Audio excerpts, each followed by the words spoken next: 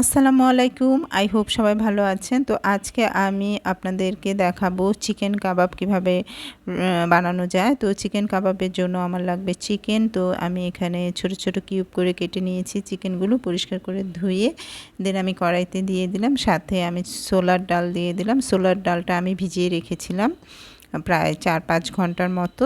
তো এই তো কড়াইতে দিয়ে দেন একটু পানি দিয়ে দিলাম, সাথে লবণ দিয়ে দিলাম, আর একটু গুঁড়া মশলা দিয়ে দিব, মরিচের গুঁড়া, একটু সামান্য হলুদের গুঁড়া, দেন ধনিয়ার গুঁড়া দিয়ে দেন এটাকে সেদ্ধ করব। তো সেদ্ধ করার পরে আমি একটু ব্লেন্ড করে নেব যাতে করে এটা মিহির মতো হয়।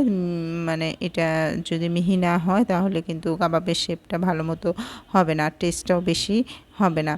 তো এর জন্য আমি ব্লেন্ডারে ব্লেন্ড করে করে করছিলাম, বাট এটা ব্লেন্ড ভালো মতো হয়নি, কারণ একটু দানা দানা ছিল। তো আমি এটাকে একটু পাটায় আরও মিহি করে বেটে নিলাম। তো বাটার সময় আমি আরও 4-5টা কাঁচামরিচ এখানে অ্যাড করে দিয়েছি। তো সুন্দর করে বাটা হয়ে গেল।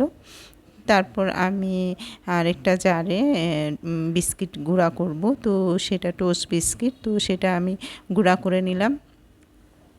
দেন লাগবে হচ্ছে পেঁয়াজ বেরেস্তা। তো এই তো কড়াইতে তেল দিয়ে আমি পেঁয়াজটাকে বেরেস্তা করে নিলাম।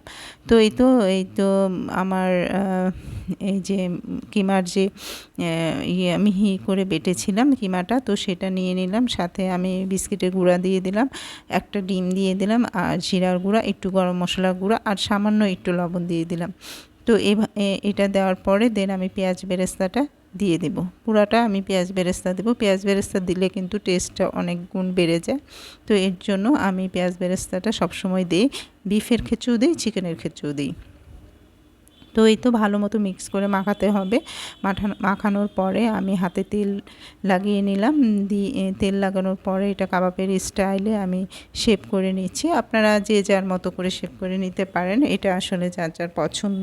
তো কাবাবটা আসলে গোল গোল করলেই বেশি ভালো লাগে দেখতে।